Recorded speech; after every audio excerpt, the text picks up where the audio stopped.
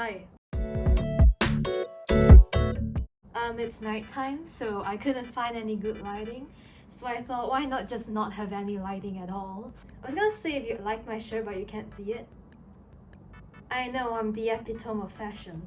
So let's speedrun some stuff, shall we? I was always a bit of a messy kid. A bit is an understatement, but I was indeed a messy kid. And something my mom would do is that she would take pictures of my room at its dirty state and then send them to me. What the hell did I just kick? And then send them to me on Messenger, probably with a caption like, what the fuck, to remind me to clean my room. It was especially bad around elementary school and when I just started high school, so around 13 years old.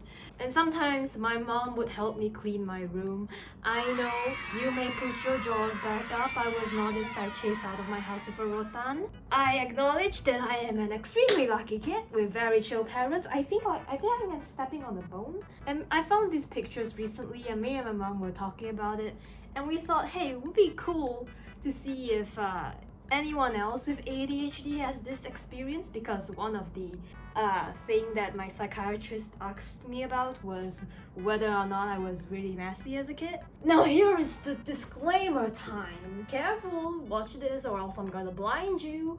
Basically, please do not make this the ADHD Olympics. I remember I posted that video of me making a diamond painting.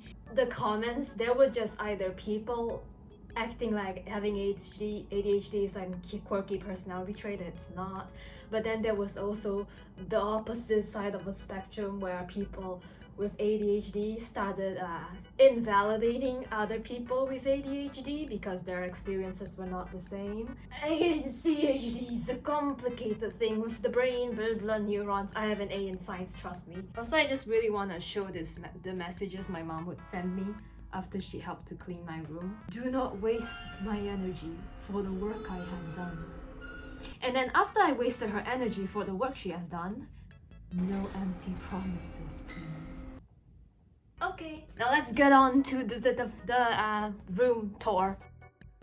So first of all, I would like to divert everyone's attention to the table, if you can see it. So let's analyze this, shall we? We have one can of limited edition Chinese New Year Pepsi. You have another can of limited edition Chinese New Year Pepsi.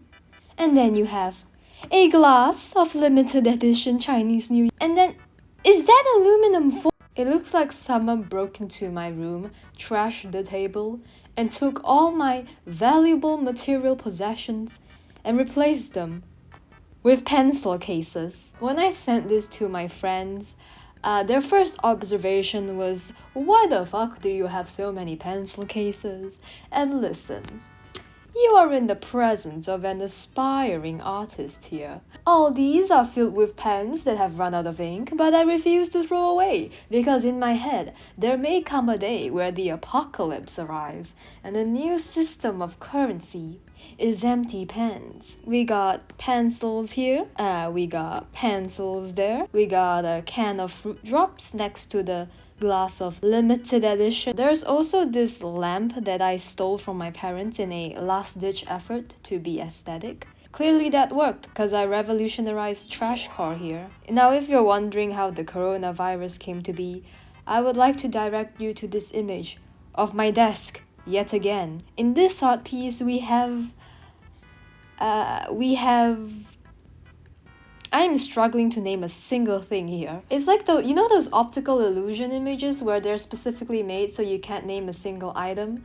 Is that alcohol? Is that alcohol in my 13-year-old possession? Okay, I think I remember now. So that's apple cider, which is, I think, 4.5% alcohol if I recall correctly. And my dad decided to get some, and I thought it was apple soda, with a slight funky taste. Moving on from alcoholism, you may be wondering, why are there hangers on the table? For this explanation to make sense, I present to you with this graph. I hope you guys are visual learners because I'm about to visualize this scenario for you. So I have a closet next to my table, right? And what I would do is I would take the clothes down from the closet and I would remove the outfit I needed to wear, like so. And according to the ergonomics of the mind, I cannot put the hanger back to where it originally was. No, no, no. I must go according to the flow of my yang energy and move my arm to the table, placing it down conveniently so. Sometimes if I'm feeling extra on the go, I simply yank my clothes down from the hanger and watch as it rebounds off my face and onto the floor. Also, there's a cup noodle there having a forbidden relationship with this cup of tea, while hiding away from this other cup of tea dangerously close to the edge. Part of the ADHD questionnaire I had to answer was whether or not I felt on the go most of the time, and I answered neutral because I didn't really understand it. But thinking back at this, I kinda understand what it meant. For me personally, it was that I refused to go back. As in, I refused to put the lint roller back into my parents' room. I refused to put the hangers back into the wardrobe and the trash into the bin. Once I placed it down, I immediately subvert my attention to the next thing. Is that an uncapped glue stick? Holy shit. There's also a tiny carousel figure that I think we got from some Christianity event. We are registered Buddhists. I think if you squint, you can barely make out this frozen let it go secret diary you have to click buttons to open, which I thought was the peak of technology back then. Unfortunately, I proceeded to forget the password I set for it approximately 1 day after getting it. So it's kind of just sitting there. That looks like a Mimi packet? Oh, someone was clearly trying to get an electric shock. How did that hanger manage to get there? It's from the balcony! The clip is still attached to it. How did... Okay, you know what? Never mind. Let's move on to the main event. The floor. We had a basket outside my bedroom to put laundry in. And yet I unclothed myself on the floor. I would have little stations in my room. I refused to use my table because sitting down felt like hell. So I just sprawl all over the floor in different corners. There is my clothing corner, and here is my art corner. Oh my god, what did they do to you? My Hello Kitty blanket is on the floor because I was truly a man of ingenuity and knew true luxury when I saw it. There's paint, oddly close to the wires. And you might notice that these paints, they look kinda dry. So where on earth could my cup of paint water be? The bathroom! The bathroom! And a paintbrush so I can conveniently paint a real still image of the toilet. That's a ruler. Also, if you think I only limited my laundry space to my room's floor, you would be wrong. Behold, the other corner of my bathroom. There's a hanger there too. What do you know? I like how even in this chaotic state, it is still an organized disorganization. I have a specific corner for underwear, which is why it's blurred, you nasties, and a little section for the shorts. The clothes, however, get to have the privilege of staying outside the bathroom. Wait, that's two hangers, what? Anyways, back to the floor image. If you are absolutely confuzzled on what this piece of paper may be trying to depict, I will indulge your curiosity with this separate angle. This is what you see when you enter the demon's lair. I was drawing the Chinese zodiac animals for Chinese New Year as decoration in my school, because I was the token art kid in class, and I didn't bother to actually do it on the table. Of course, the most logical place to do such a huge task is on the floor, next to the door, so that if my parents were to open it, they would hopefully give me a concussion, so I don't have to single-handedly draw 12 animals without help within 12 hours. I am still salty about that. No one wanted to help me. The next one might be the funniest or the most concerning image. You may take your pick. Before anyone says anything, I am well aware of the green chair, but I have not forsaken you all. In fact, I stole this chair from my brother's room because I was amazed at the reclining abilities. And you might be confused as to why it looks a bit dirty. Well, besides the fact that it's green, the most disgusting color, sometimes I would get this strong impulse to draw, and I wouldn't go get a nice sheet of A4 paper. No, are you a fool? That would be too much time. So instead, I would use my pen to draw on the chair. The texture of the pen against the cloth was mesmerizing to me, and then I would regret it because it looks ugly. But you know, it's a green chair, it's not great loss. I appreciate the various Easter eggs on the floor here. You have Rilakuma in a state of distress on the floor, some coins on the floor that are oddly enough forming a trail leading up to the 1 ringgit there. It's like the capitalism version of Hansel and Gretel. That box is very interesting because I would just put stuff that my mom told me to clean up into that box, and I could never really get myself to clean it up because it was just sitting there for years, and I have a huge fear of spiders.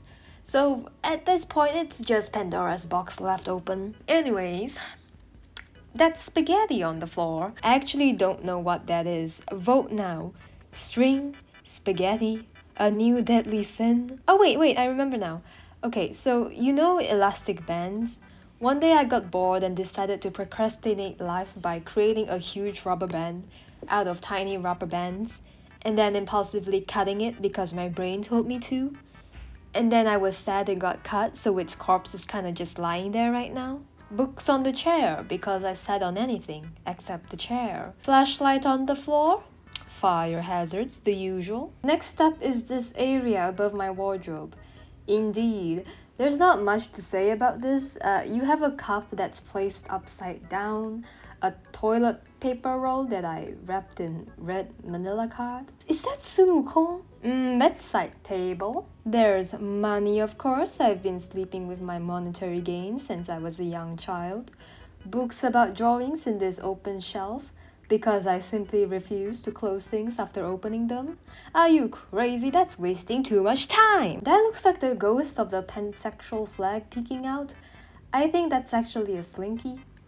I miss slinkies, man. Life was better when slinkies were popular. Root drops I desired after watching Grave of the Fireflies and ignoring all the death and despair because haha, funny candy. And the extinction of the Caribbean monk seal. That's about it. Obviously, I'm much neater now. That was a lie. That was a lie. Okay, take a look at this, alright? This was in 2017. Okay, look at this. And then look at this. This was in 2020. It's the same thing. It's the same thing. Nothing has changed. Oh, wait. Okay, look at this. Okay. Oh my god. Okay, it's better now, okay? It's 2021. It's better now. For reference, here is an image of my old room at its cleanest state. And I think we can all agree. My parents loved me too much. I am surprised I was not disowned, or at least arrested by the World Health Organization. I feel like it's a shame because it's a really nice room and I just let it go to whatever this state is. But you know, you learn stuff about yourself over time, and I am happy to announce that I am no longer creating a toxic wasteland where I sleep. Bye bye!